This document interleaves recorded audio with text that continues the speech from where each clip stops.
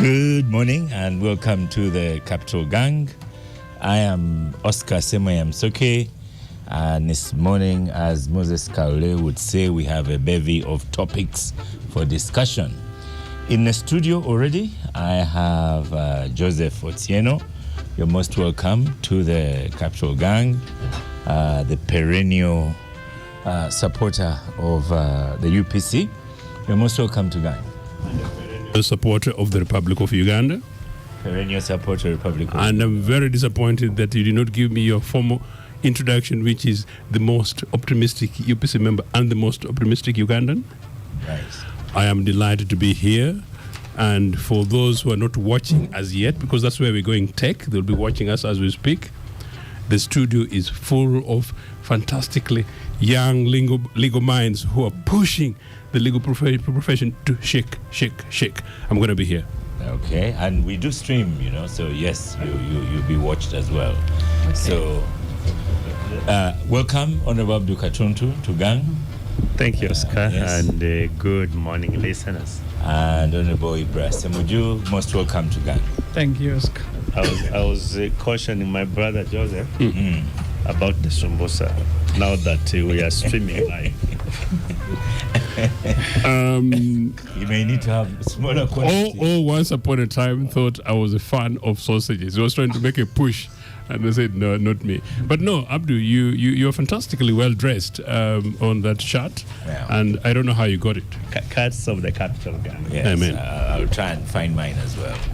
So, and then we have a guest, Mary Goretti Nakamia Senyange, Mrs., founder and managing partner of Melchi Advocates Chireka, a practicing advocate. She now appears as a spokesperson of the Back on Track think tank, which supports Semakade.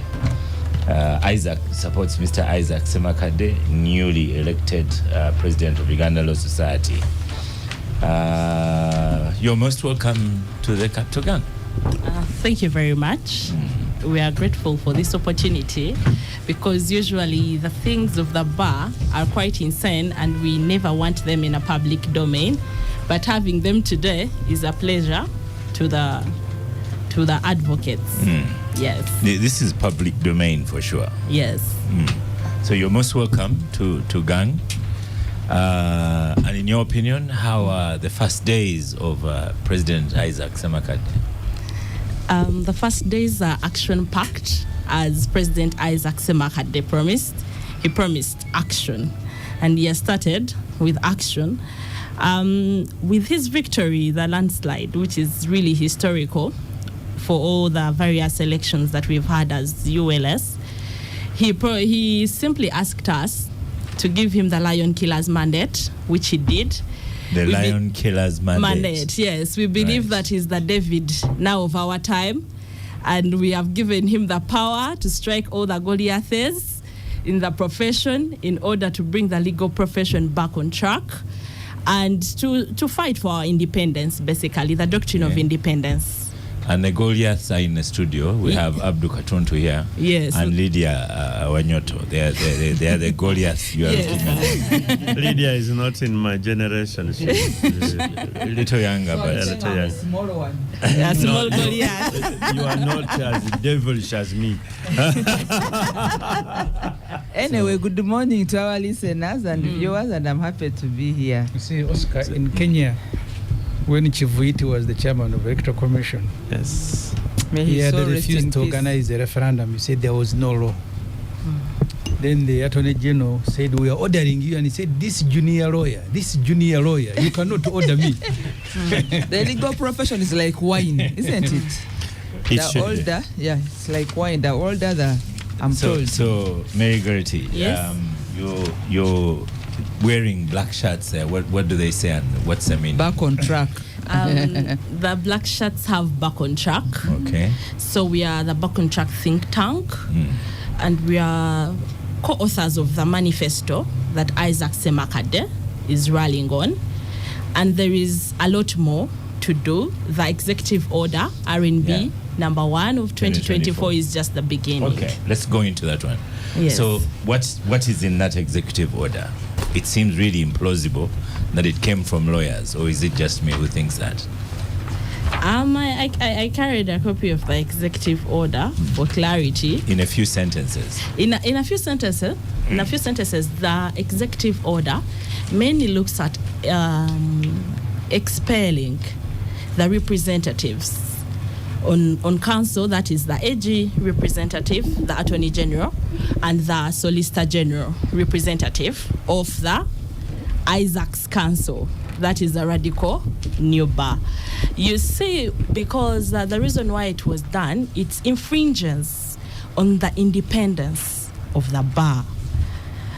The legal profession is like any other organization that requires its independence.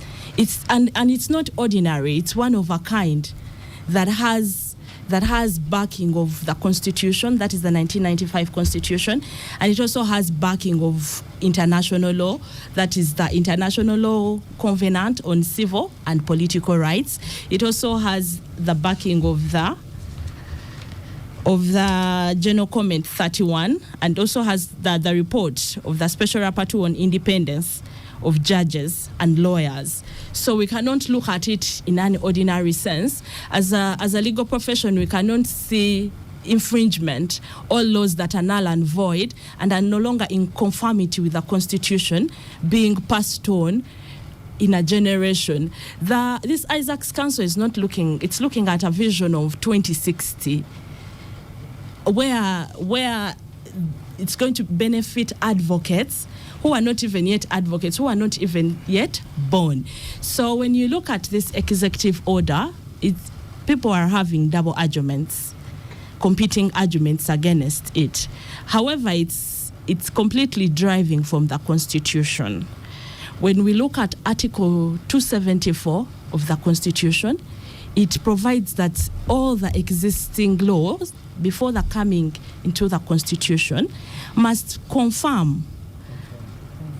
They must conform with the Constitution. And all the laws that are null and void to that effect should phase out. Because a Constitution is looked at as sui generis. It must serve the people who are living and the people who are not yet born. And when you look at Article 2 of the Constitution, it talks about supremacy of the Constitution. The Uganda Law Society Act is an act of 1956. That is over 68 years ago. Those and I think at the moment it might be less advocates who even conform with that age. Okay. The law is really evolving and the world is dynamic. So how do you change laws? Change an what? executive order is enough to just change the law? Yes, an executive order is entirely enough. Right. Because the moment something so the Attorney General and the Solicitor General are just going to follow they're just going to fall off like that. Just like that. Yes, because when a law is null and void, it completely does not exist. It doesn't exist. You cannot put mud on rock, like President Isaac Semakade always says. Mud does not stick on rock. Right. When we look at the advocates, because the Constitution is self-executory, that's in the case of the advocates of natural resources and development versus the Attorney General, Constitutional Petition number 40 of 2013.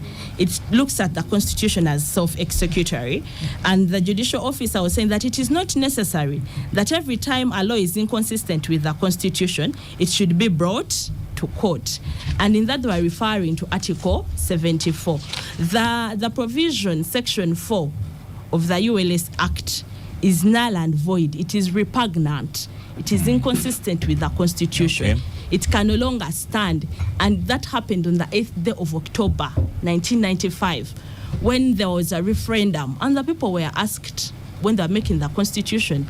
And we believe that the people vowed and stood for independence of the Constitution. That's why we see it under Principle 2 of the national objectives of the Constitution of the Republic of Uganda. That is principle 2, where we see that the state shall be based on democratic principles which empower and encourage the active participation of all citizens at all levels and in their governance. And then when we go to sub-principle 5, all political and civic associations aspiring to manage and direct public affairs shall conform to democratic principles in their internal organizations and practice. And then the civic organizations shall retain their autonomy in pursuance to their declared objectives. Here, the executive order we are looking at the doctrine of independence. It's doctrinal. We have the order was just emphasizing our autonomy as provided for under the Constitution. They were exercising the right provided for under Principle 26. In Principle 26, it actually gives the people acting in those offices to use all their power to combat, to eradicate an abuse of office. The AG and Solicitor General putting an ear in the council, it's infringing on the democracy of the bar. Why doesn't it happen to other countries? Why doesn't the Drivers Association have an AG on their panel? Why should it be the law? What is their interest in the legal profession? And the executive order actually brings out reasons on why it has actually been passed. Yeah. Some of which actually are going under forensic investigations, and some proof is already there. There is no need for Isaac's counsel to go to court because it is not aggrieved. It has exercised this power under the Constitution. When you look at Article 20, our rights are completely inherent. We do not need to get them from the start, and that is Article 29, freedom of association. Lawyers and all advocates have a right to associate in whichever way they want without any infringement from the government, from any other official. Okay. And we are simply exercising and letting people know they are right. We are looking at Article 40, which is giving lawyers a right to work, a healthy environment to work. I think the AG and the Solicitor General infringing on us is infringing on our rights. And the Solicitor General is actually a shadow of the AG. So why should both of them penetrate the legal profession? Thank you, Mary Goretti. Nakamya Senyange, founder and managing partner of Melty Advocates and spokesperson on the impact of the executive order released by new President Semakande. So, Abdul Katuntu, without spokesperson calling of the Back on Track think tank. Spokesperson on Back on Track think tank? Because the President Isaac Semakade is the sole spokesperson of the ULS, as according to the ULS charter. So I am here to speak because we are part of the co-authors of his manifesto. Yes. Right. So let's start with you, Lydia, before...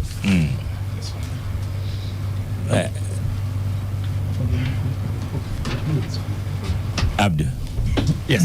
You've heard from Mary Goretti, and by executive order, they want AG and SG off the ULS Council. He's off the ULS Council.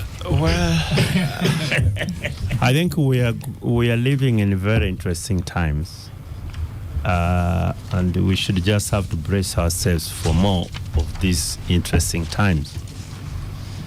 First of all, it would be beneficial to our listeners to understand what an executive order is before you even go into the so-called legalities. The spokesperson of the Back on Track is talking about.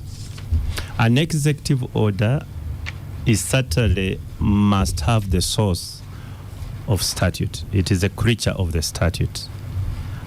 And where authority is vested in a particular executive and authorized by law to make some decisions.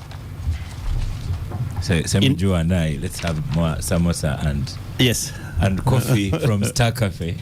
As they use all this legalistic language. Actually, I'm trying to I don't want to go the path she's taken. I just want to speak ease and word so that everybody follows. In the United States, the Constitution vests executive powers within the presidency. And when you exercise those vested powers as defined by that law, then you may execute executive functions resulting in executive orders. And once an executive order has been issued, it has a force of law, like in the United States. And even to overturn it, the Congress must enact an act of parliament because it's part of the law. I have had the opportunity to read the Uganda Law Society Act as it is now, because first of all, it is a very short act. One, it does not give those executive powers to anybody. It has, because you see, there is only one section that deals with the council, which gives it powers to act on behalf of the society, and that's where it ends. So this matter, of course, now it is sub judice. I understand some people have gone to court, and we are going to have an interpretation of what an executive order is. And I've seen so many people talk about executive orders, including not even Mr. Semakad, but even His Excellency the President here. And I've had the opportunity to say it in the House that actually President Museveni has no powers to issue executive orders because it is not backed by any law. Oscar, just to help the people who are listening, one of the executive orders that the President issued was for General Sale to go and take over NADS. Because these are creation of operation something else. By executive order. But because you see, let me tell you one thing, Oscar. If lawyers should do things in accordance with the law, and when we're urging this on the floor of the House, whether the President Museveni has powers to issue executive orders, good enough, even the Attorney General was there. And he actually agreed that we don't have the same legal basis, like, for example, in the United States. Because from the Constitution, including other Congress legislations, that delegate certain authority to the President. And they uses that delegation to issue those executive orders. And we had the same time during COVID, you remember? When the President was making, what do we call them? Those 21 days.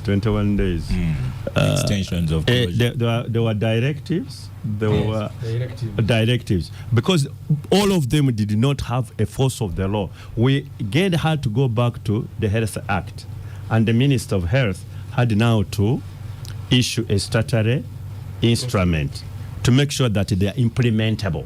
Otherwise, there is no basis for it. But good enough, the matter somehow will go to adjudication.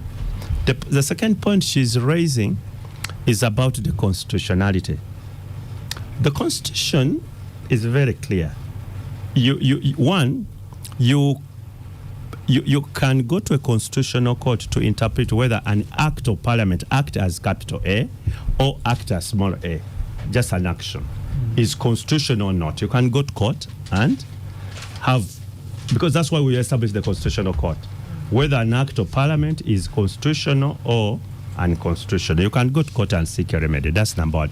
Number two, the courts of law have since then held that courts in their normal ordinary duties as interpreters of the law can read into any law and decide whether to apply it or not under Article 275. Courts in their normal duties as interpreters of the what?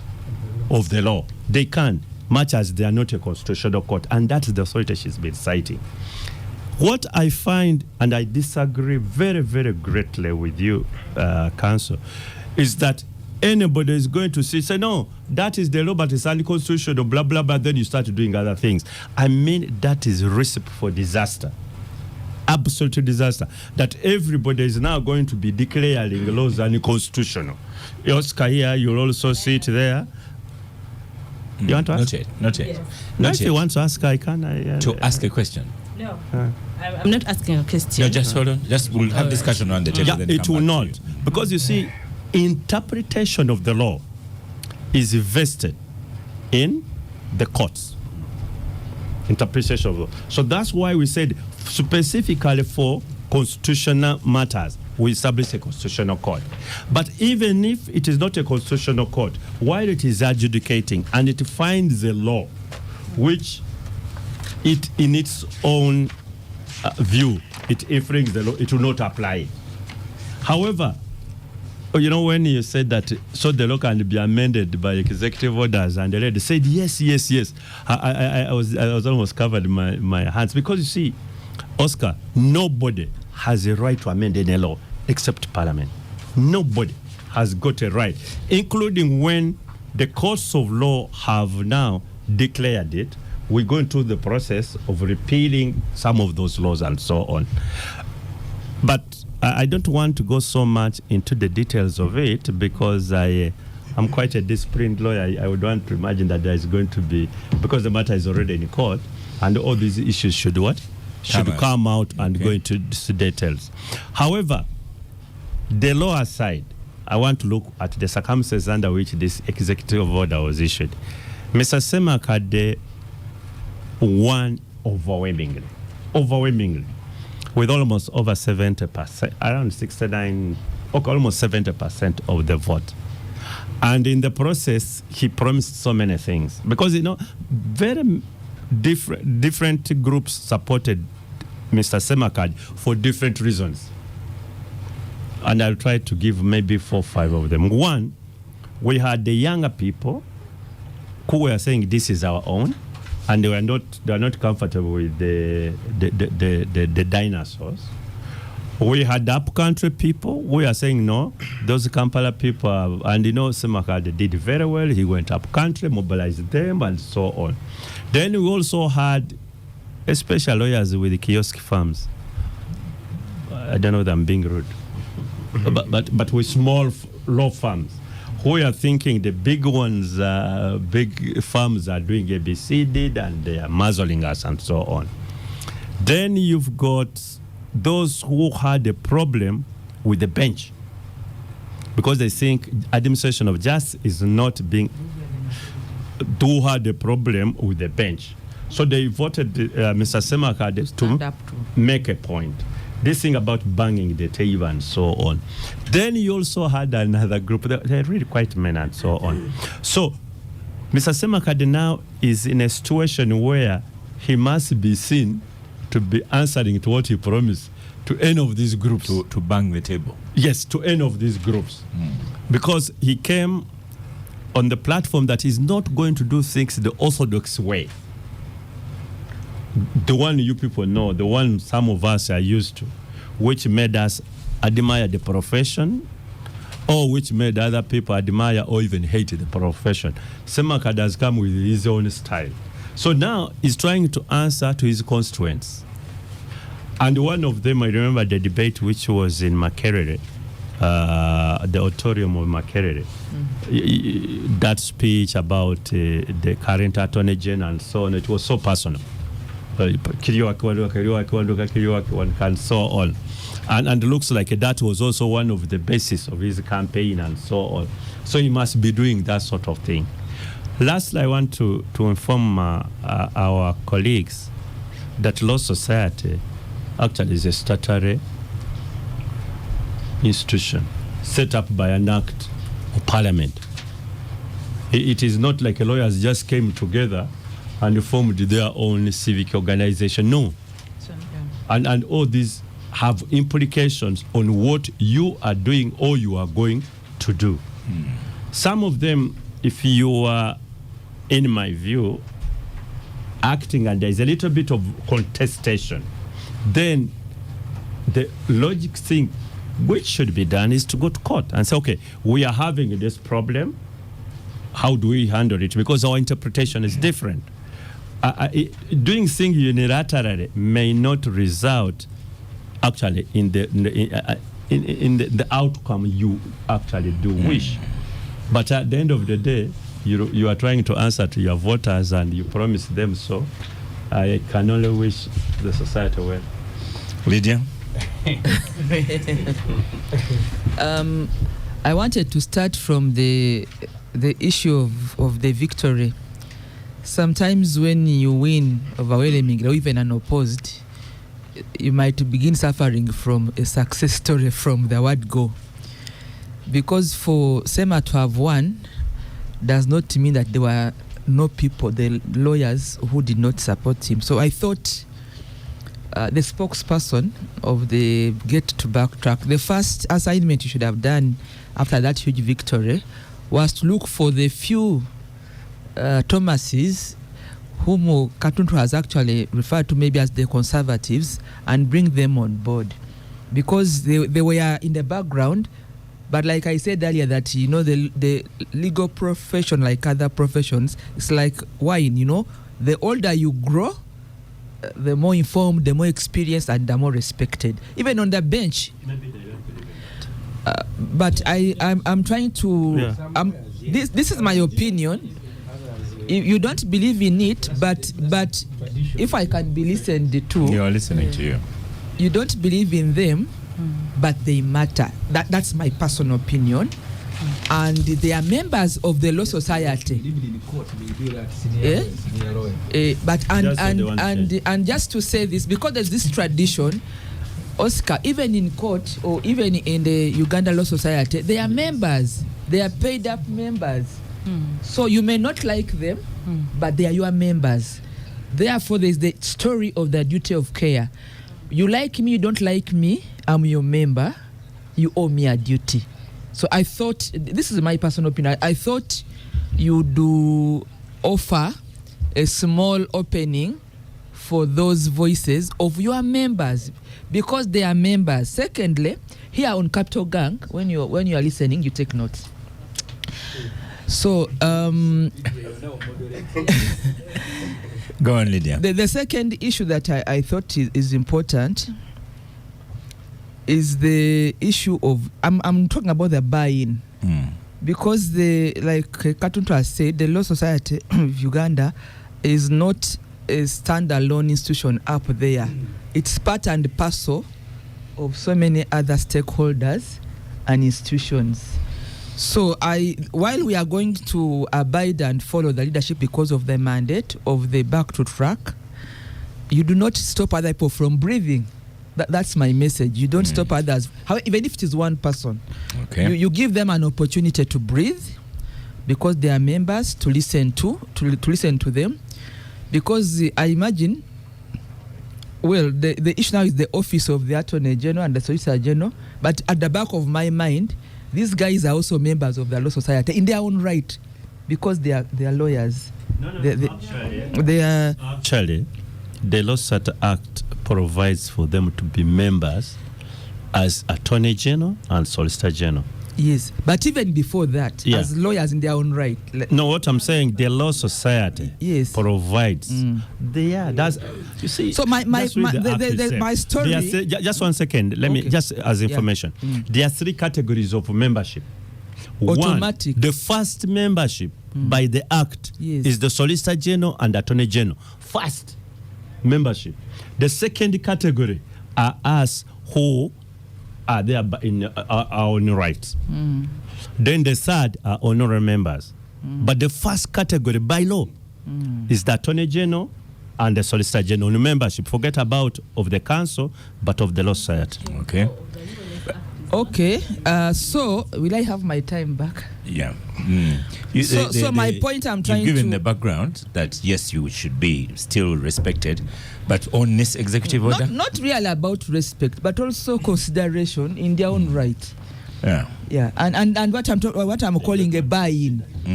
And it is a given that this campaign, I don't want to go into the details of what Honorable Katuntu said, but this campaign really brought in the energies of the young lawyers, both in age, in style, but also in training. They are a bit different from the traditional old guys. So even the candidates, Oscar, the candidates were also in the same category of age and training and the time. Only that some of the candidates they had a different. They were not banging tables. They were not. They were conformists. They were part of the. For them, they're in the traditional lineup of the legal profession. Therefore, for me, while I think that the new leadership might bring us breath, new energy, but also check areas that have been struggling with, like the bench, uncompromising, struggling bench, the case backlog, they don't care. You are going. It's an awakening call, you know, Madam Spokesperson. What I like is the new energy and awakening call for everybody to do their work, but to leave a little window to bring everybody on board. Thank you, Lydia. That Joseph, was my point. You have been listening intently. You're seated right next to Mary Goretti. And on microphone, Joseph. Joseph, yeah. So, if you know, Lydia says they should also still consider the Goliaths, the old people, but these young people they are banging the table because they have had no access to the table, and they're saying it is their time now to bang the table to change their method of work. What say you? That does not remove that right. But You know, as a matter of interest, I was hoping that the legislator in the House, instead of pointing fingers at my brother and neighbor from the East, would possibly submit before myself, simply because some of the issues are extremely legislative. But that said, I'm one of those people who actually persuaded, and this is for the record, at least 2 lawyers to join the banging the table campaign very early on. And the reason I did so was not because of Semakade's style, but rather because of the messages. And part of the messages was part of what Lydia is talking about in terms of the absolute necessity and rather urgent necessity to bang the table as far as the legal profession is concerned. And indeed, many institutions need banging the table here. And so that was rather an urgent desire for me that the profession needed change, notwithstanding the fact that flanked by now 3 lawyers, and I have a particular interest in the judicial system, that if I declared today, it would be so unjust that short of going to the bush, there is no other way in which you can explain it. Number 2, Oscar. So you can see how heavy it is.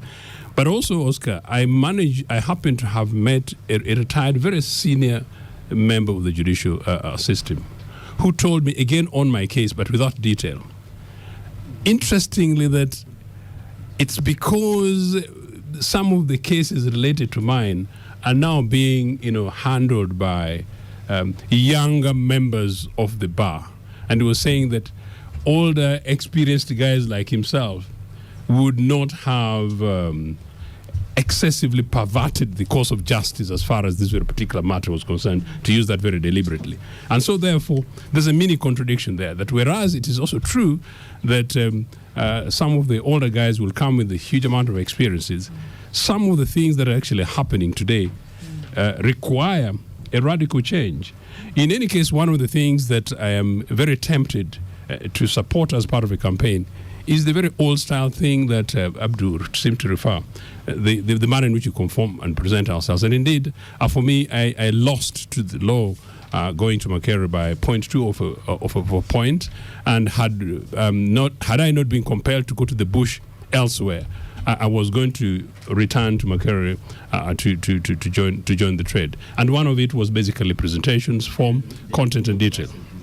The evening classes. It's not late.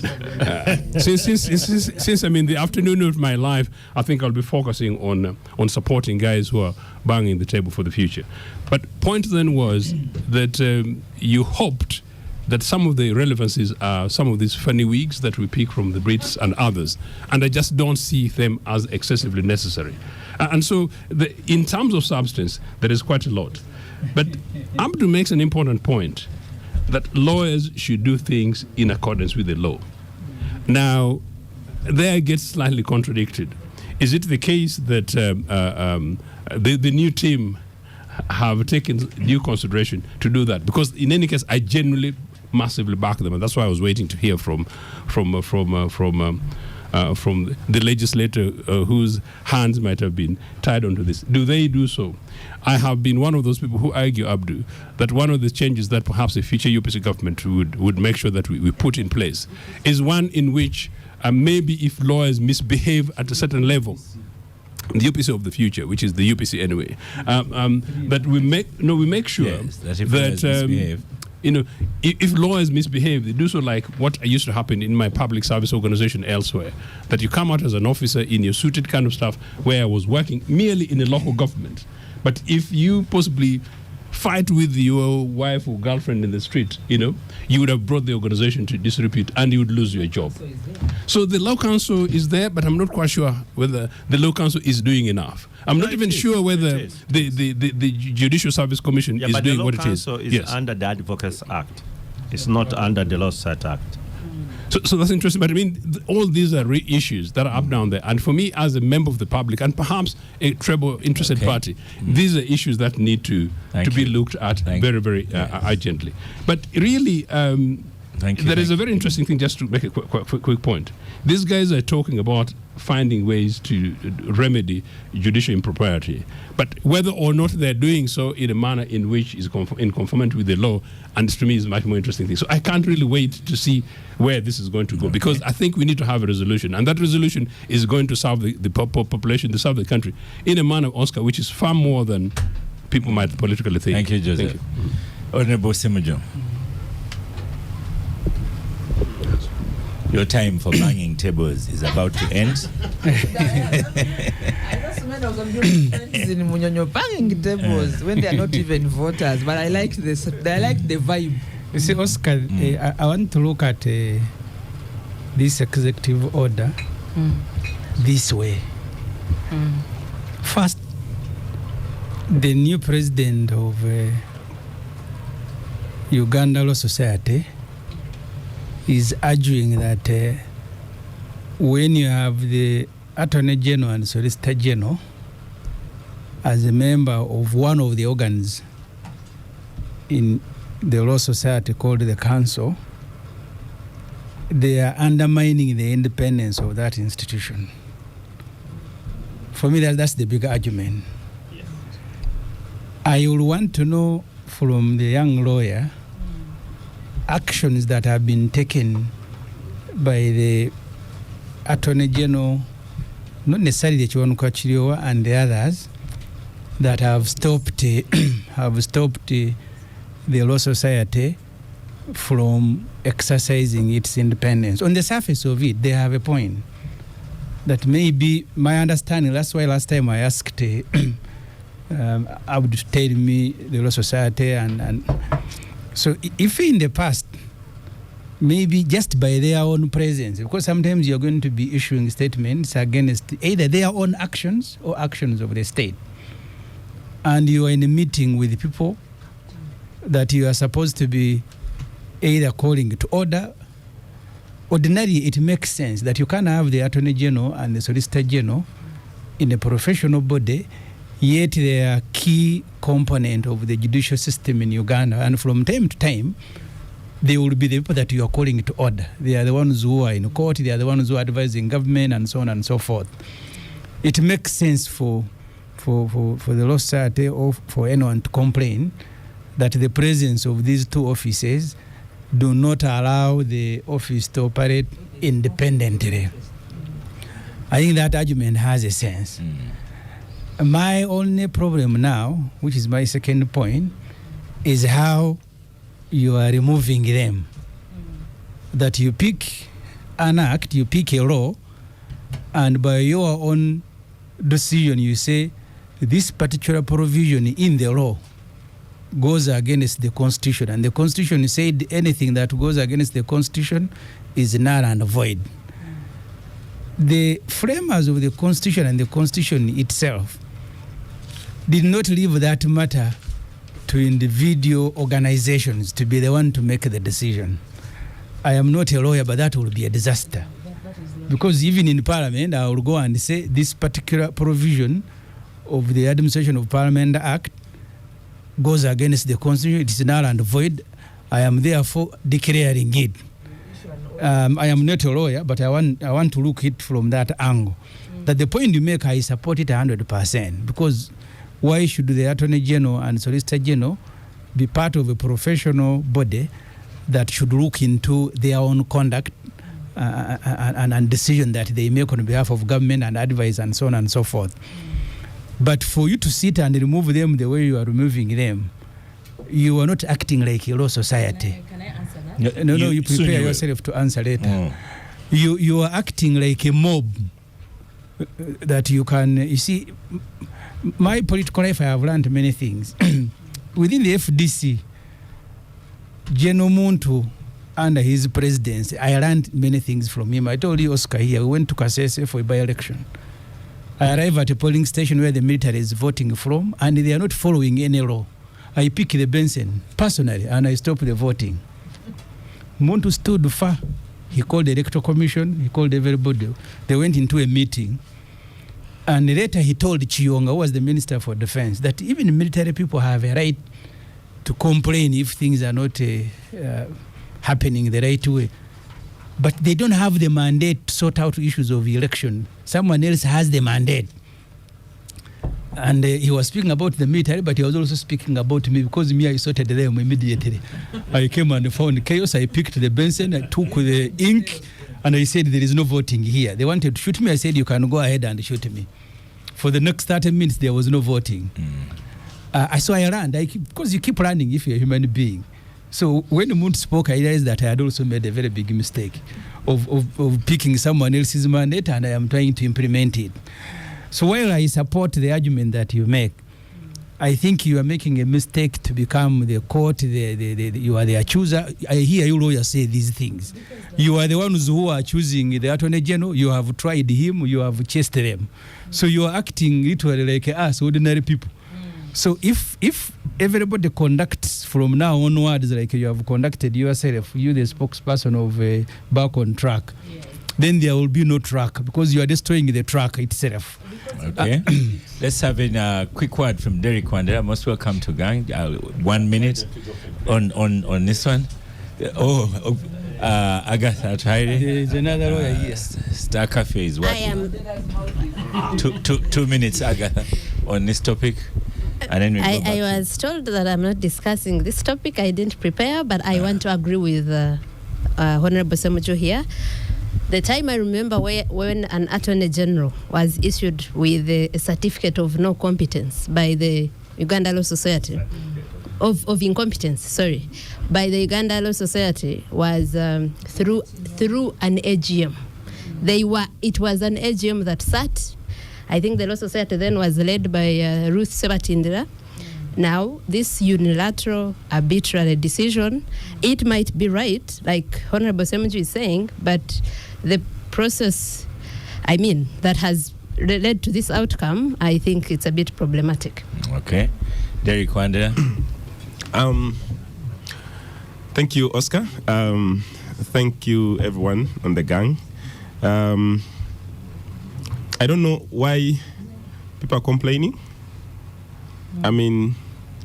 When Council Semakade stepped up to come for this position, it was explicitly clear that some of the people he's going to handle first, Attorney General and Solicitor General. We don't know. If they are personal, so be it. So be it. For us, we are watching. I am not a lawyer. I don't even have any legal expertise. I'm only watching as a citizen. But I feel this country needs so many Semakades. Whether because there was a time there was a case in this whether legal or illegal. No. You are struggling. I could see you meant exactly.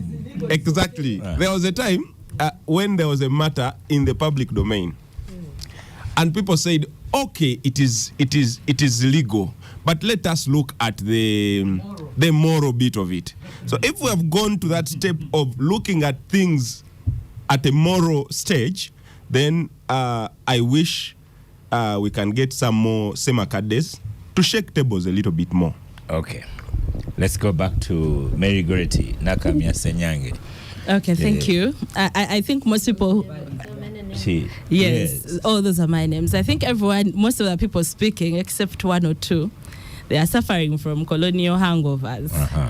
ULS Act was enacted by the Legico. If they know what Legico is, one of them can explain. Our role and the role of Isaac Semakade is to enlighten them. The public, the parliament will catch up later. They are slow. First, we have taken the radical path. We are not cowards. We shall not take that path of the cowardice. If the AG and the Solicitor General feel that they are aggrieved, I think they should go to court. We believe that we are backed by law, we are backed by the Constitution, we are backed by case law. We do not need to go to court in order to interpret the Constitution. I was shocked and really utter shocked when Honorable here actually. Honorable Semju said that we did, and even like Honorable Katun, that we're acting like a mob. Yet, and actually, he was here and actually read a law that said when interpreting Article 274, and if a law is not in conformity with the Constitution, the case is here, advocates or for natural resources, you do not need to go to court to interpret this case because it predates the 1995 Constitution. No, they said you do not need to go to court. Though it's sometimes desirous to declare them too. When you look at that case of the Privy Council, that's where Lord Denning says that if something is null and void, it will collapse. You cannot put something on nothing. You cannot put something on nothing. You people are trying to put mud on rock. It will not stick. Agomafumu that the colonialists left us, they are no longer applicable here. It's no longer applicable in our... in your opinion, yes, the AG and SG are off the... They are off. And Council and Honorable Katuntu was talking about seniority. And with all due respect, seniority does not make someone an expert. It does not make you superior. It does not make you to be of operational equity. Like, these are people who actually condone wrongdoing. And actually, the people who voted, the 2,101 advocates who voted for Semakade, the biggest percentage were senior advocates. And why they even fear? These are the victims of the decorums and status quos. They are victims themselves, and people think they do not understand because they cannot come up and stand. Because they have been... he's talking about vindicating. You mean the 2,101 lawyers, that 70% lawyers were on that ground? They have seen, they have known, they have seen what the Attorney General has done when he stopped our meetings, when he had all the things that they have done. They are not stupid. They are very alert. And for that case he's talking about of Lutalo, I think it's the most unwise decision that Lutalo might have done. It is basically... What was it? No, the case that he's talking about, that there is a case in court, that is the most unwise case because it is speculative. The AG and the Attorney General have not come out as aggrieved people. If they were aggrieved, they would have gone to court. So someone coming up, it's like a what? How do I a storm in a teacup? He's creating something out of nothing. He's being like a wiseacre. Should I say? Yes, he's being a wiseacre. Rutaro, he's on a maiden voyage of mystery because the law is clear under Article 119, under Article, that is Article what? Just a second, under Article 98, under Article 174, the AG and the Solicitor General are government appointees. So where does Rutaro get the locus to actually sue on their what? In conclusion, the keywords on this that point as really as a lawyer. No, I'm saying they don't have, because I'm looking at Article 98 where they're appointed by the government, and I'm looking at Article 250. Your argument about a member of law society questioning the decision of the council, and you are questioning the locals? Oh yes, really? Because those are Really? government people. Yes, look at Article 50. It is here. Let us be clear. I come with the article. We don't have enough time to look for all So these we don't have articles. enough time to look for it, but I'll interpret it for him. Like if the government is, or government people are aggrieved, if they are aggrieved, it is the AG to sue on their behalf. Right. The law, the constitution is clear. So Mary Goretti,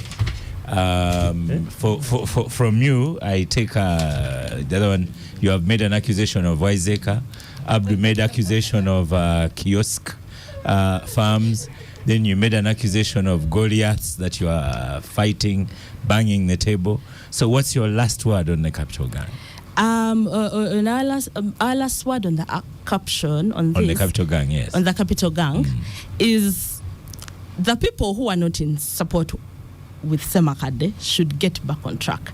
They should get on board because Semakade's mandate is the David of our time. We've given him the mandate, and for his coming up for transparency, accountability, he's fighting for the doctrine of purity. It is what he's basically looking at. And for the people who have been benefiting from the ziggy-zaga, it's high time they get straight. Okay. That is what I can tell them. He has come. This is Isaac, his time. Semakade for now, legal rebel for now, and he's going to act. And the action has started.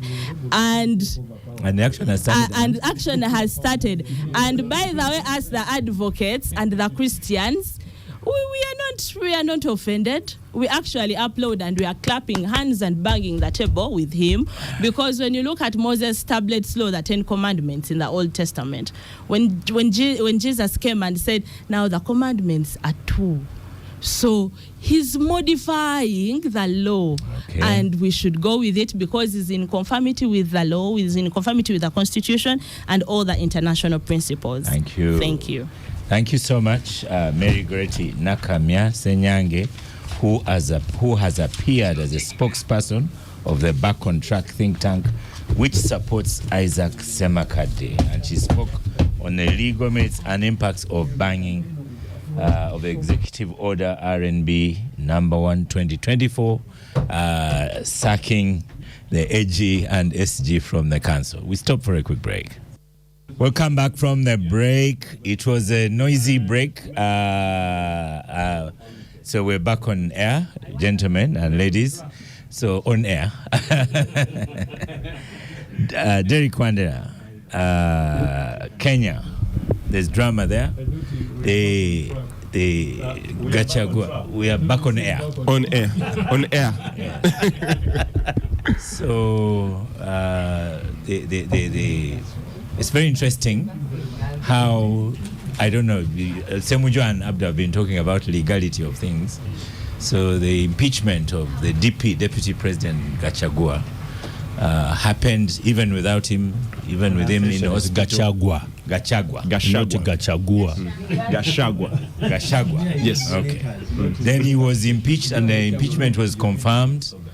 And then gazetted early morning, a new Deputy President named, all speedily, and now it has been halted by court. So give us a narration of all these things. Yeah, so 2 weeks ago, concerns rose from a group of the leadership in Kenya, and they decided that they have grounds on which to stand to impeach the Deputy President Geoffrey Rigathi Gachagua. And the process was taken through, I think, through the National Assembly, the lower chamber of the House, which voted very overwhelmingly, and it went to the Senate, the upper chamber, and when it reached there, they had, I think, 11 counts against the Honorable Gachagua. Out of the 11 counts, the Senate voted for 5. voted 5 out of the 11 in support of the move to impeach the Honorable Gachagua. Of course, he was ill. He wasn't in presence. He said he was. Yeah. As a journalist, he was reported. He was reported. He was. We were told. There was no reporting because he was there the same day. He was. We were told. Yes. We were told he was ill. After the morning session. After the morning session. And it's understandable that when you have such a position and you are in such immense pressure, you could get heart problems. And we were told. No, I'm saying you could. You never know. So we were told he got heart problems in the afternoon session.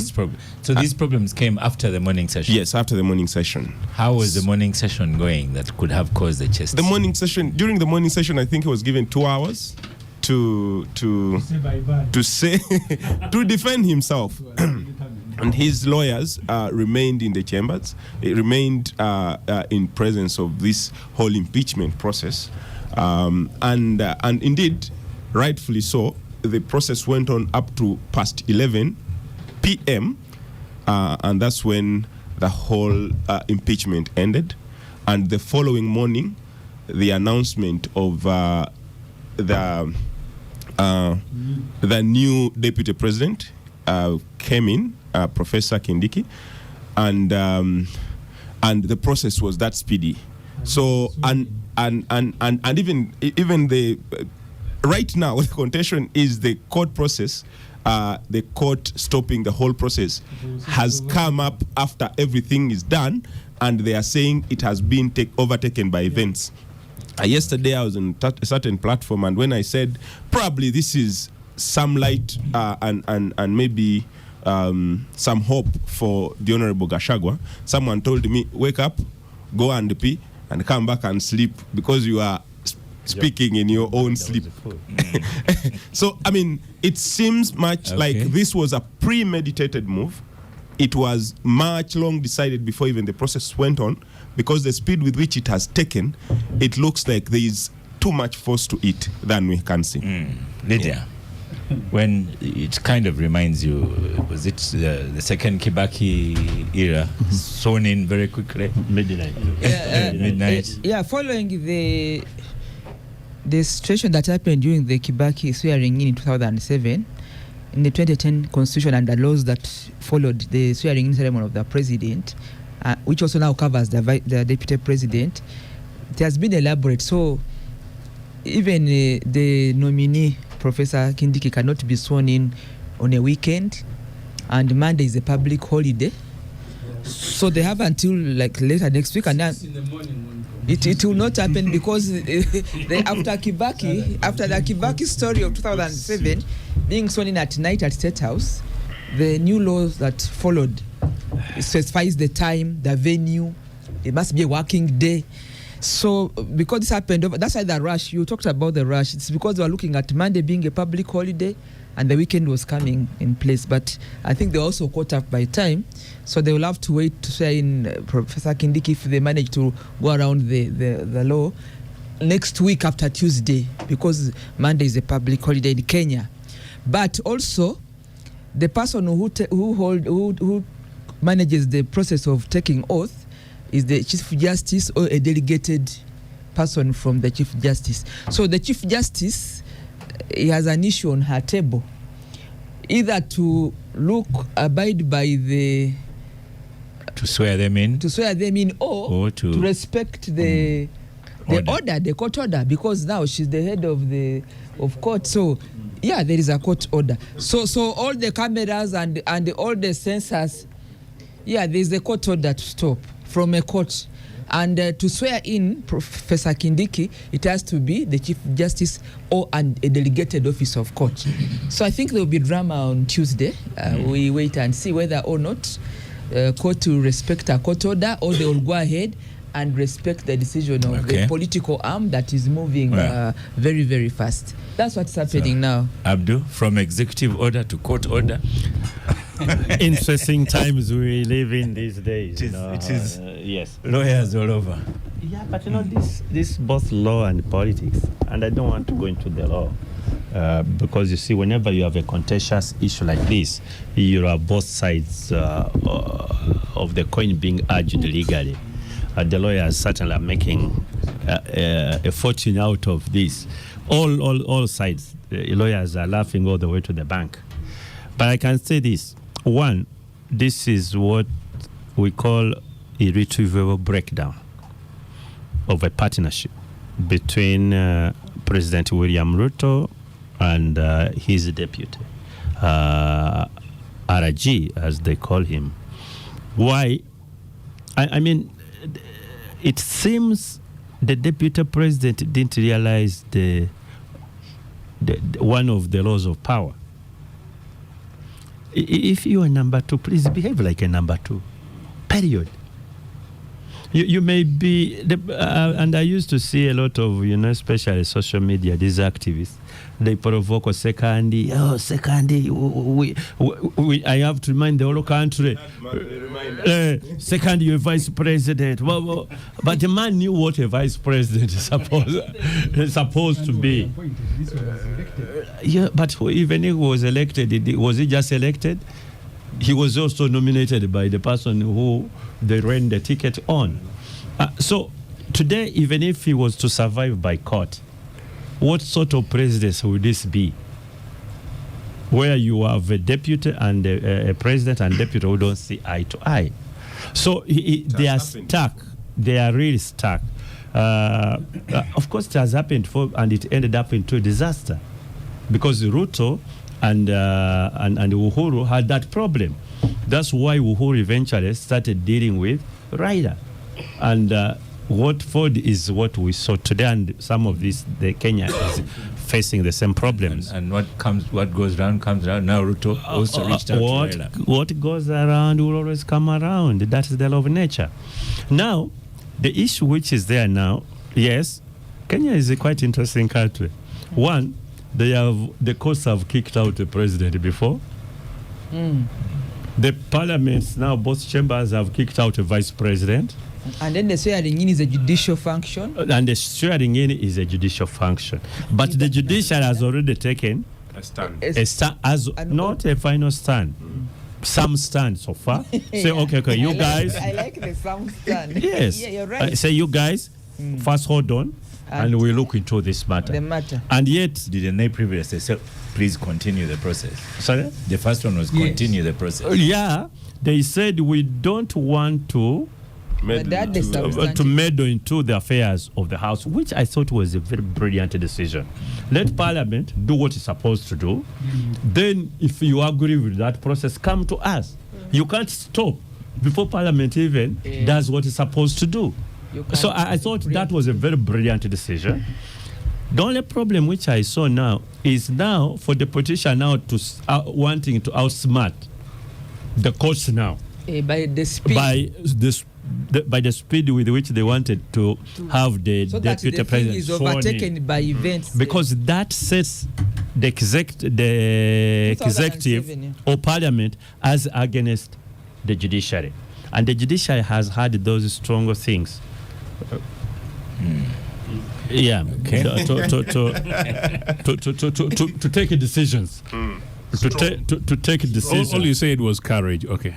Okay, that courage to take decisions, and I'm not so sure whether they will take it, politely. That much as they gave them a benefit of that to do the job they are supposed to have done. It's okay. Now let us look what you've done, and you are saying, okay, let us run and overtake the whole event. I think that would be very, very bad face on part of the Kenyan government and the judiciary.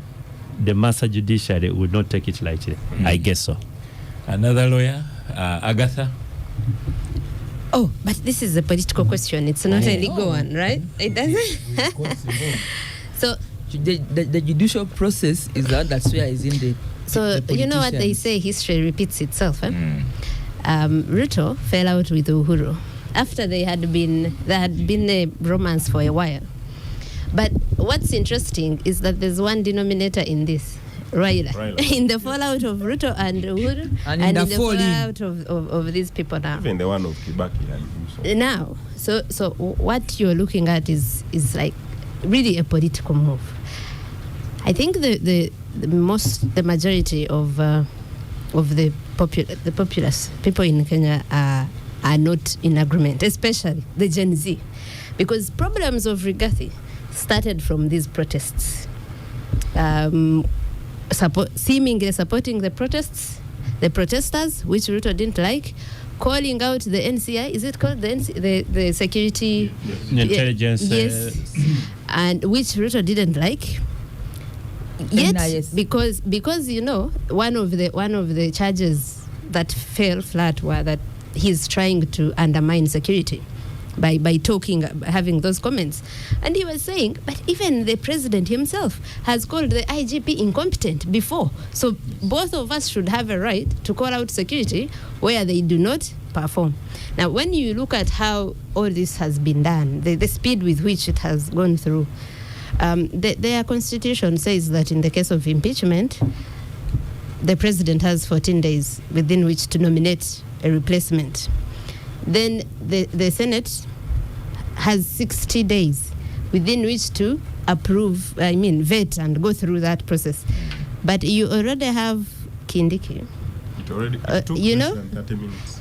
It's very strange. And the same Kindiki, by the way, as Minister of Interior, talked about people that have been arrested wrongfully, talked about people that are missing, around 131 people. So if you are going to impeach Rigathi for undermining security and being there was also another one of not being insubordination to the president or something like that. Yes. But that's how a democracy is supposed to work.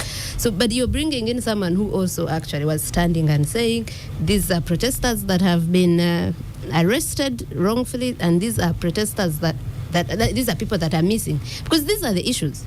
But also on the other hand, you have Kenyans also demanding that Ruto must go. Yeah. So who is presiding over the parliament, both chambers, to impeach? Whose interests are they serving? Because if they are the people's interests, they would also impeach who? The president, because the people have been demanding for his resignation as well. First, because of the cost of living and the finance bill, then later because of how those protests were handled, the people that were killed, the people that are still missing.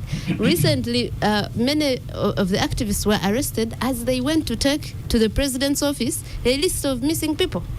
So it's politics. It's unfortunate that when Kenya was voting the other day and when we saw the guard move from the side of Uhuru to the side of Ruto, we felt envious. We wish, how can we be so close in geography but be so far? The government stroke opposition. But be so far in terms of things that are happening. But the spiraling, the rate at which Kenya is becoming Uganda is scary. Honorable Semuju, let's go to the politics of things. So how will this end? The Gen Z hasn't it ended? Oh, it has ended. But the deputy president said he will contest the next election. Yes, if he's impeached, he can. If he's impeached, if the law does not allow. In Kenya, it's okay. Even if he doesn't contest, he has indicated that he will oppose Ruto, either as a candidate or he will support someone else. The politics of Kenya is completely different from the politics of Uganda. And the formation of political parties will tell you that, Oscar. Almost every election in Kenya, especially towards the end of Moi, every election has had new political formation. And in Kenya, it is normal for people to move from one group to another, from people to camp and the camp. Because I remember it must have been Honorable Lydia who told us how Ruto was banging the table when they announced when they were announcing Kibaki, and he was with Laila Odinga. We were at Datali Center. When they is the were one who went to stop the votes. counting of votes on behalf of Raila Odinga. Yes. These were Tengula in the last election. They were with Raila Odinga. Now they are with Ruto. So the Kenyan politics is very difficult to understand. See, Brian, It's about interests. political parties in Kenya are SPVs, special purpose vehicles, for that election. Yeah, but Immediate after that, the configuration changes. Yeah. They make the politicians in Kenya look extremely opportunistic. That in the morning you are with Ruto, in the evening with Raila Odinga, because you see the problem here of Ruto and Raila Odinga. Ruto begins his presidency by asking Raila Odinga to respectfully be an opposition leader with his group. Said this business of working with the government when you're opposition that happened under Kenyatta of handshake will not happen. And he repeats that. What Raila Odinga does is to get the Kenyan to protest against subsidies, and I don't know whether it was something else. And they closed Nairobi for some time. Then they started tear gassing Raila Odinga and his group. But I think along the way, who realized that he's going to have a very difficult presidency. Either you reenact the Moi period of arresting people and beating them, and then he goes back to what Uhuru Kenyatta did, that it is cheaper to actually work with them than be on the street every day tear gassing them. No, but he's the deputy also now going behind him also. So the outcome of this is the stand that Raila Odinga took during the protests. Because first of all, the negotiation had been completed. Uhuru is with Raila Odinga asking for the job of Africa. They are in Kampala, they are everywhere. And Raila Odinga is issuing statements during the protests, telling protesters not to ban Kenya. This is unacceptable. This is hooliganism. This is this and that. In the end, I think the space of the deputy president was taken. He had no operating space. And because he had no operating space, he also opportunistically started supporting protesters. Because if he had his operating space, which Raila Odinga was now seeking to take over, I don't think he was going to say the thing that he said when people were protesting. But because these fellows don't care about each other, so they care about their next move, said, okay, Raila, come, we chase this man and we work together. I actually don't know, because I saw the Kalonzo Musyokas now criticizing Raila Odinga. So maybe the next coalition will be the Musyoka and Gachagua and others. I think now, Kenya, I like some aspect of their politics, but politicians behaving like that, I don't admire it. That in the morning, I mean, you get elected together as a group. Less than a year, you are now plotting the downfall of your own group. Oscar, one thing before Joseph comes in, and remember I posted it on our group. Just, during the protest, the whole of Western Kenya was a no-go area for government. Meaning the first protest of Raila Odinga. Even the second one. Even the second one. Immediately, Raila struck with Ruto. Ruto goes to visit Nyanza and is a hero. A hero. Thousands and thousands in Kisumu everywhere. They're on the streets receiving William.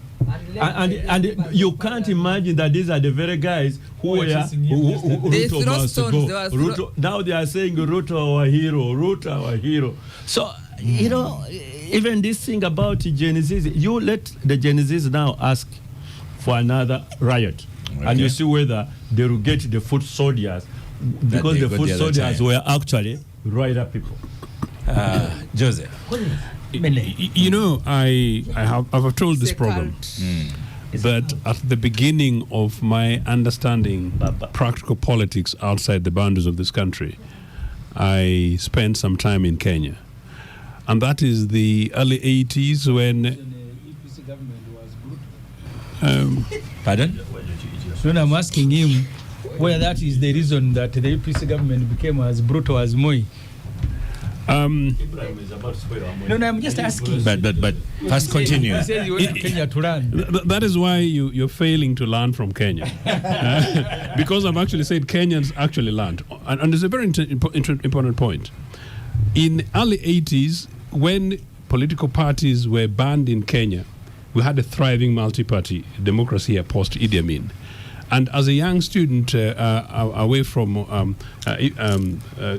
Abdu's school in Mwiri, I was having my holidays and I couldn't believe that Kenyans could accept to live in an environment, more-like environment in which political parties were banned. How swiftly Kenya has moved since then to where we are today tells me that away from actually the politics of interests and personalities, which is actually massively amazing, that we might actually criticize it, but maybe actually long-term might be something that we might need to learn from, where you're possibly disagreeing fundamentally today, but tomorrow you can actually sit down and have an open conversation. All I'm interested in is pushing that from political inflation. Pushing that from personal interest to national interest. And I really hope that political parties, maybe in Kenya, would, and I've told some of the senior leaders in Kenyan politics, that they need to translate their political parties to genuine political parties so that a political party is built on the values around. It may not happen, but I'm making the point that you have a political party like UPC and you know its values, and you have a political party like FDC, if they have values, you know what they stand for, and you run with it like that, and then you engage on major issues. And so, for me, the biggest test really has been the institutional element in Kenya, notwithstanding all the contradictions. That the court, I think, as Lydia and others have said, that a Kenyan court has had the courage to stop an election. A Kenyan court has now, in many cases, decided to do the kind of thing that courts in Uganda wouldn't do. And Kenyan parliaments have gone on to impeach a leader.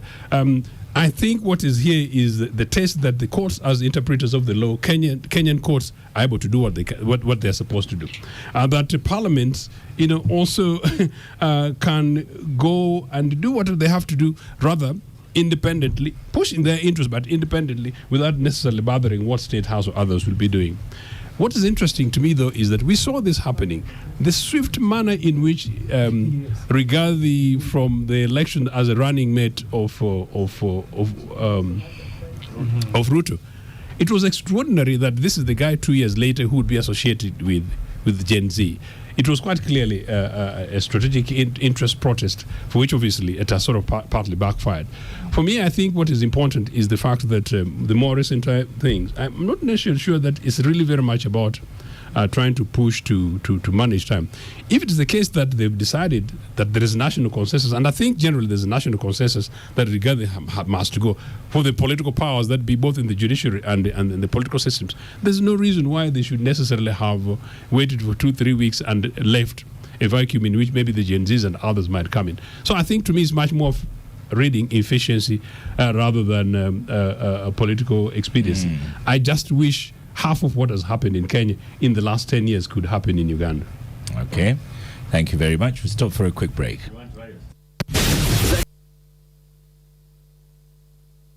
Welcome back from the break. A noisy break it was.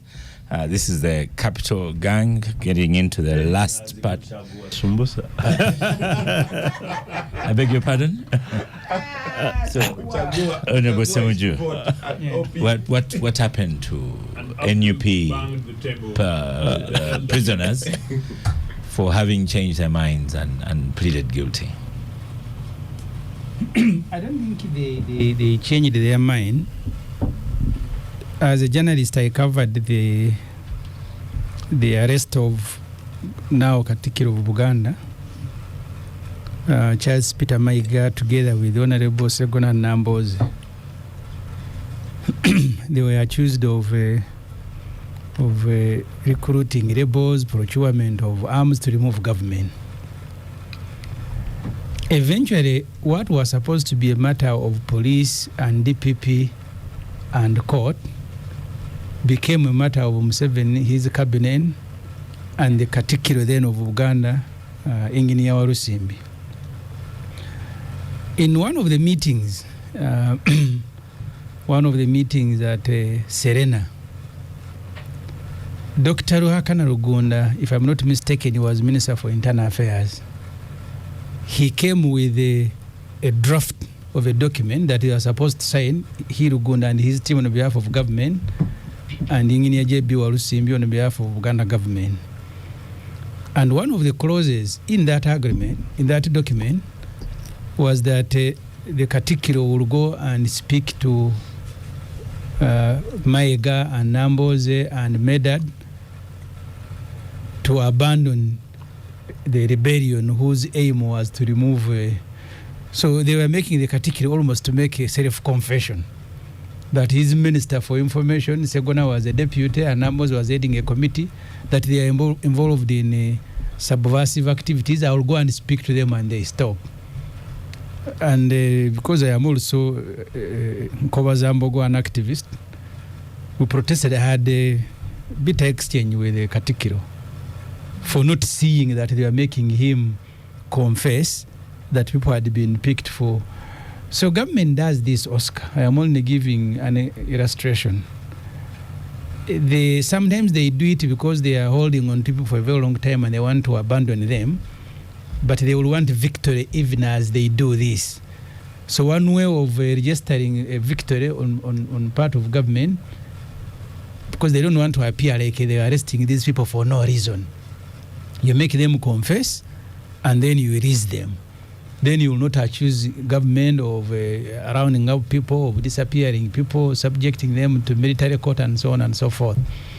Sometimes it is the intention, but sometimes they genuinely want to hold on to you, and the only way they can release you is by you confessing. Because for these people were picked in November 2020. May 2021. Wow. Nearly 3.5 years later. And they are appearing before a military court. Even a military court cannot hear the case and sentence them if they have committed the crime. Because a military court is not different from an executive order. They will issue it, but the fact that they haven't tried them and convicted them tells you that actually they have no evidence to present against them. But they are not easy. Staying in prison is a very difficult thing. Alan Sewanyana and Seginya went to see them. And I think at one time Alan Sewanyana was suffering from a very serious depression. They had started bathing him like a kid. He couldn't even know where the facilities were. So once they subject you to that torture, mental, you don't know if you'll ever come out of prison. And then they make an offer to you that, okay, you confess, then we'll release you. So I think that's what these people have found, that there is no chance that we'll get out. Because the Kabazuguruka case, the Honorable Kabazuguruka, former MP Nakawa, was being tried that he wanted to kill Mr. Museveni. And then he went to court, and the court said, the constitutional court, that you cannot try civilians in a military court. All these fellows are civilians. And they are saying they found them with the bombs. The same accusation they made against the Honorable Kyagulanyi in Arua, that they found him with a gun. Segona was even more interesting. When they took him to Wundubujo, where he was supposed to have been recruiting rebels from, first he can't speak the language there. Then they brought some of fellows for a parade identification, and they said that's the guy who was recruiting us. And he told him, first, I have never been to Wundubujo, but two, I don't even speak and understand their language. So, in which language was I recruiting them? But you can't communicate. So Museveni does these things. I don't know whether he wants to make a step backwards and have a way of releasing and concluding this story, or maybe some people in his government are helping him to do that. But otherwise, people shouldn't. They never committed this crime. When I walked to work in 2011, I was picked in Banda, and the charge by an investigating officer, who by the way comes from Ruengo, he had put terrorism. He found me working with a bottle of mineral water, arrested me, And then I go to Nakawa, and the charge in the morning was terrorism. Along the way, it changed to disobeying lawful order and public nuisance. No, they were both. But the guy had said I had committed terrorism. And if the DPP wanted me to continue, because the intention is to keep you in jail. So I sympathize with them, but I understand why at some stage they can break you down, and then you say, okay, I committed the crime. You agree with Honorable Semuju, Agatha? Yeah, to the extent that I do not blame them, which is the mistake many people make when we are condemning this. You know, you're coercing people, keeping them in jail for 4 years until they admit crimes they didn't commit. So people would say, oh, you guys wanted them to remain in jail. Some were accusing NUP and some of us, the activists that have followed this case, for eating from it. We wanted them to remain in jail because we were eating from it. And I even saw people I once thought were sensible people and lawyers saying something like that. And for us, I wasn't actually saying that Olivia shouldn't have. I have interacted with Olivia so many times. I have. Who is Olivia? One of the prisoners? Olivia Altaya. She's the only lady of the 32. And I have seen her cry that she hasn't seen her children. I have seen her cry that she wants her auntie to bring her 7-year-old son to prison. And I've seen her cry hearing the toll it takes on her son and say, kati mumureke bambi. Ngena muraba wendi viramu. So I cannot blame her. I have seen her say, but why do they even bother us? Why do they take us to the court martial when nothing is going to happen for 4 years? And maybe not 4 yet, but when if I count how many times they've gone to jail in like the 40 months, it must be more than 40 times, because sometimes they call them every month. Sometimes they come, the court is not sitting. Sometimes their relatives come, because the military will know when the court is not sitting, so they are not bringing them. No one has informed their relatives. They come.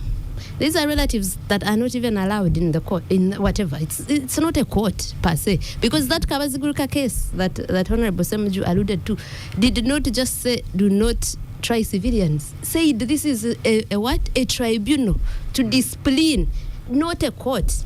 At the end of the day, I don't even think that their change of plea is is illegal. Like, it's void. You already you are in a court that is illegal.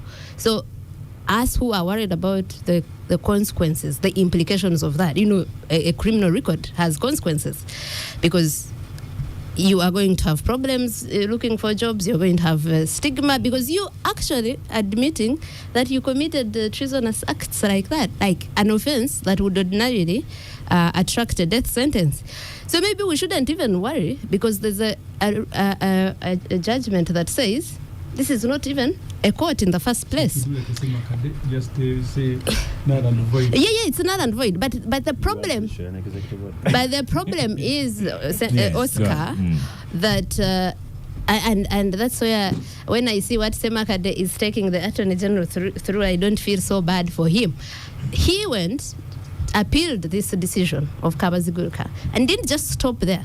Yet he knows that's wrong. As a lawyer, a senior lawyer, as Honorable Katuntu likes us to add. And after that, he even applied for a stay of execution. So you have a judgment that should be saying these people shouldn't be tried. So they should have gotten out of that place to be tried in civilian courts, but you have an Attorney General that says stay of execution. You are asking yourself, what would the state have lost if they had brought them out of the military court and they wait for the Supreme Court decision, which will also not come anytime soon. They finished everything, submissions in 2021, have waited for a judgment for 3 years. And recently, do you know what they called them for scheduling? The case they have been waiting for judgment, but the judges forgot, okay, these judges, we need to identify them, that it is the Chief Justice Owinidoro who presides over that court, forgot that and called them back for scheduling. And the lawyers got there, but we finished everything. We've been waiting for judgment. Well, some of the justices who were in the panel had since then left. But this is a record of court, Honorable. Like, how can they not? Before decision, you need to reconstitute the full panel. So they adopt other judges, and then formally they inform that just X and X, one retired, one died, so these two have replaced. But that say it can't be a reason at all to have such an important decision. Take years. This time. Take it years. Is inexcusable. But also, if you could help us with a stay of execution, is supposed to be about balance of convenience and all. Like, how on earth do you say that I would rather leave people rotting in jail as I wait for the 10 years that it will take to hear the Court of Appeal than have them out? And you do, and banging the tables, by the way. And on that case, I don't know why Semakade hasn't banged the tables yet. I will now cheer him on that one. Because excellent. Okay. Yeah. Joseph. Sorry, Derek first, then on to Joseph. So, which minister persuaded them to plead guilty? Honorable, sorry. I'm not honorable. Go for Oscar.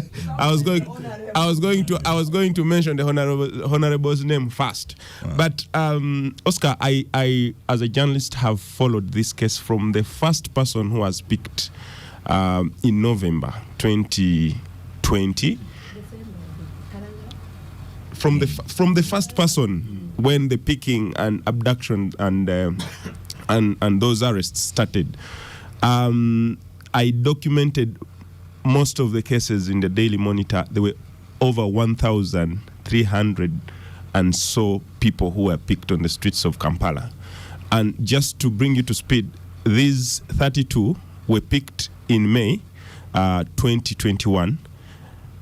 Actually, all of them were picked from the court-martial. Yes, all of them were picked from the court-martial. Around that time was when the Eddie Mutwes, the Nubian Liz, who had been picked in Kalangala on the 31st of December 2020. Were those the ones that had one bullet? Yes, they had 4 bullets.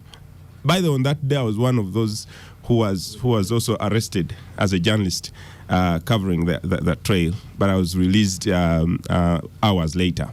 So, did they have the bullets? We don't know. The state is supposed to tell us whether they did, it's actually true. It has failed to tell us that for 4 years. Now the other people. The state has failed to adduce that evidence for 4 years. Yes, the other people who were picked in Kalangala were accused of having 4 bullets. They were exchanging them. There were 36 in number. They were exchanging them from one person. This is the accusation. Yeah, that was the accusation. Okay. Now these 32 were accused of having 1 magazine. Right. And they were all also exchanging from hand to another and stuff like that. And for 4 years, that magazine has never surfaced. We've never seen it. It has never been brought to court. But Derek, that's a different case. So that was a case of the Eddie Mutwes. Yeah. Yes. Now where they were producing evidence of finding this magazine you're talking about in the home of one person, but they are using it to charge. Yes, they were exchanging. You go keep it in your house. Yeah. Now tomorrow you also Abdukatun to go keep it in your house. Now sorry. It's out of I don't want to do things.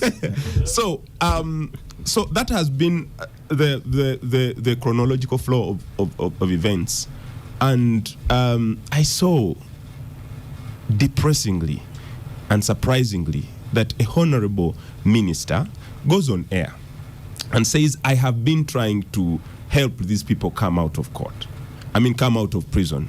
And that's the honorable minister for the youth, newly appointed Balaam Balgahara. And I said, on such a day, the senior lawyers like the honorable Abdu Katuntu should come and ask the honorable minister why he is interfering with a court matter. What did he say? He said, for me, I have been helping them. I have been talking to them. They plead. They come out of court, and president gives them a presidential pardon or something like that. I mean, this is a criminal matter. for a matter of fact. Let the court process go on uninterrupted. And the Honorable Minister is saying, for me, I can give them justice. Is it court that gives justice or the minister gives justice? It's been, for me, I found that abhorrently absurd, and it makes me question so much. What should you have said? What should you have agitated for? I would have agitated that these people are produced in court. Yeah. They are So tried. that's what the minister should have been saying. Yes, that they are Speedy produced process. in speedy process. For the whole 4 years that have been there, no evidence against them, no trial. They are brought to court, like Agatha said, and Agatha has been following these people. I've written In stories this book, about I these have, people. I have you know? interviews of every parent You know? of these guys. I have written Every all these wife. stories. You get, it's very sad. Now they are saying that after they have pleaded guilty, we don't know whether there's going to be a presidential pardon, because a presidential pardon is a prerequisite of the president, and he can choose when to say it, to give it. You get, so they might spend another 4 years in prison before the president gives them that presidential pardon. But also, when you plead guilty, the lawyers here, the Honorable Katuntu and Agatha, can tell us, when you plead guilty, court sentences you. Wow. They might give them a life sentence because they have pleaded guilty to treason. You get, so everything that Honorable Balam is trying to convince the world is out of this world. They are not using their senses when they are reasoning some of these matters. Joseph. You know, this is a very, very sad. We've been discussing Kenya, and we've been discussing the reforms, the essential reforms in the law society. And the confirmation quite clearly, based on the submissions, is that it's really the state on trial. And I think that should really be our focus. And I find it extraordinary, and I'll just respond to that earlier Ibrahim may have been joking about a UPC of the 80s. I'll put it in context. There is no circumstance, and the two journalists here, that this very particular element of gross violations of human rights would have happened anywhere between 1981 and 85, when UPC was last in government. And yet at the time, Mr. Museveni and his team were in the bush in Lowero, fighting against a democratically elected government, and they were also here in Kampala throwing bombs. Meaning the 32 alone is one of the biggest misfortunes. In any case, the question of the minister is quite clearly a minister of state, quite clearly perverting very actively the course of justice, as it were. So it's a clear contradiction. And what happens if you see versus what's happening in Kenya? For us, we are discussing it, and beyond our discussion, it's almost as if it's business as usual. I think I have argued again and again and again that not only should these people have been released a long time ago, but also that the court the state should be held to account. Yeah. In any case, one of the things that is required is that we hope there are senior lawyers listening, and the senior lawyers watching, and the senior lawyers in this room, in the studios, join hands with other very considered senior citizens of this country to take this regime to court for basically abusing the very basic and fundamental rights of the citizens. People who've been abused, people who've been tortured, and people who've lost families for reasons that the state, after 4 years, cannot adduce evidence against them. It's the state on trial. Lydia.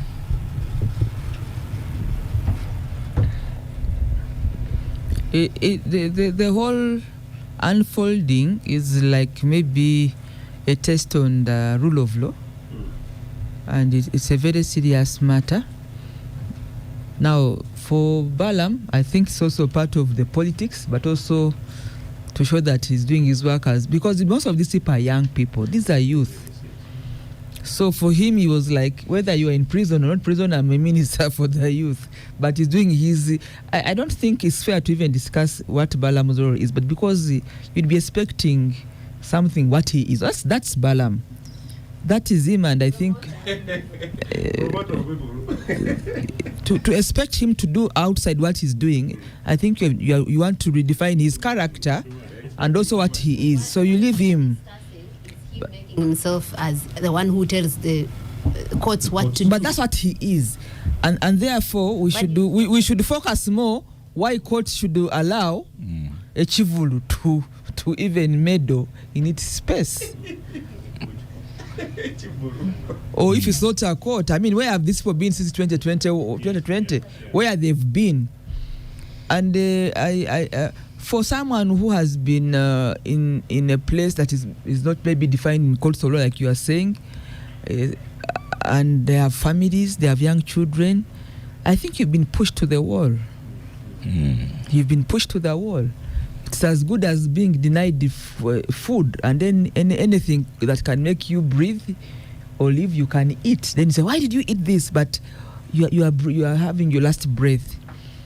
I don't know whether the people that had taken over fighting for this people's space should have done it. I remember I think in the CA, I don't know whether it's happening in the 11th Parliament, there are things that are supposed to be good. Good is good and wrong is wrong. So we used to have people, let me give an example of people like Ben Watcher and the late Sidi Ogwal, who were known to be opposition people, but they had very good national patriotic ideas. But because it was what was coming from them, it was likely not to be taken on. They used to go look for the Wanyotos of that time who seemed to be aligned to the system. And then what is good passes for the country. I don't know whether Katuntu you are getting my point. Therefore, even one time Agadi told me. Agadi. Yeah, he died later. Yes. He said, we're up in the canteen, we were going for an afternoon debate. Then during lunch, we were discussing over something. They said, that's a good point, but don't say it. Let me go and say it. Yeah. So my story is coming that if these young people exactly were genuinely being arrested for the misdeeds they had, maybe they should have been clever and had people to remove them who are not political chest thumpers. Maybe they would have received they should have received their freedom earlier. Yes. That is my own take on that. Abdul, you may have to conclude this. Of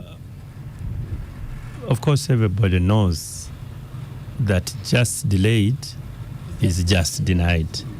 Can any reasonable person walking on the streets of Kampala say these people have gotten justice? No. I mean, there are things, and I remember saying it on the floor, that we are not having an academic debate. We are talking about real life and real individuals. People with families, people with families, people with children, and people with real homes. Some of them breadwinners. And they are locked out, and everybody walks and he says, well, he's a judicial officer, because I want to imagine that even at the army, people presiding over judicial officers, if I may put judicial officers in courts, you walk every day, you leave your home that I'm going to do the job, and instead you become an agent of injustice. It's painful to anybody. It's painful. And the issue which I have taken with the judiciary, the Orthodox judiciary, they should sort out this matter once and for all, and yesterday, not even today. Whether the court martial has got powers and jurisdiction to handle civilian matters. That thing should be sorted out, because we cannot have this every time we're on radios, televisions, on the streets. No, it has been resolved at the Constitutional Court level, but the Attorney General appealed to the Constitutional Court of Appeal, which is the Supreme Court. So that's pending. For 4 years. Yeah, and I think Chief Justice Alfonso Winyidolo should be able to sort this thing out, surely, such that that chapter is closed. But let me conclude like this, Oscar, about the pleas and so on. In 1971, the UPC government was overthrown by Idi Amin. My father was a senior officer of the General Service Unit, and all of them were required to report to the police stations around Kampala. They used to report for a week. They would report and get them released. Then after 5 days, when they all came, were like rounded up and taken to Luzira for like 3 weeks, just lodgers in Luzira. After that, they were actually the number was 660. Afterwards, they were all rounded up and they were incarcerated in Mutukula, all of them. That included even the then director of CID, the late Hassan, who was a Ugandan or Pakistani origin, and most of the senior officers. Within 9 months, they had killed 500 something. Within just 9 months, massacred. So, around 29th of February, the following year, that day they killed the 18 and they remained 44. When they killed 18, then Deutsche Welle, which was the voice of Germany, picked it, and it went all over the world that Idi Amin had massacred literally all the general service officers, including the senior CID officers. That's I think when they had just killed Hassan and so on. So the then Minister of Internal Affairs, I think was called Lieutenant Colonel Obitregama, was faced with a crisis. Yes, I don't want to interrupt, but we are running yes, let me find out of time. So he came and they had a meeting, said, how do we handle this internet? So that's when they asked for that how many are still surviving. They said only 44. I said, now what we do, we release them. So they called the 44 to Kampala, and including, of course, my father. The only two were surviving. Professor Kwesiga Oyuri and another gentleman called Rujojo is Muchiga, I think, somewhere there, of all the 44. So they called them and said, we are going to give you freedom, but we are going to call the press and said that the rest of these guys, your colleagues, had escaped to Tanzania. You know, Mutukula is the border of Tanzania. Or those who died as a result of them being apprehended. But for us, we stayed in the cells. Yes, so they called the international press, and that's what they were told. Confess you stayed in the cells, and those who have died, that is how the 44 got their freedom. So this thing is real. If you are in those circumstances, you will say anything for your freedom. Wow. Thank you for that narration, very touching. Thank you, listeners of the Capital Gang. Thank you, panelists we had today, starting with the one who came to bang tables, Mary Goretti Nakamya Senyange, who spoke on legal merits and impact of executive order. And she says it is working. Thank you, Honorable Lydia Wanyoto Mutende, Honorable Abdul Katuntu. Thank you, Joseph Optimist UPC. Always a pleasure. Thank you. Thank you, Honorable Semuju, who has already left the studio. Thank you, Agatha Atuhaire, and for keeping on fighting for these people. Thank you, Derek Wandera. I am Oscar Semwe Amsoke, and I shall see you next week. Thank you.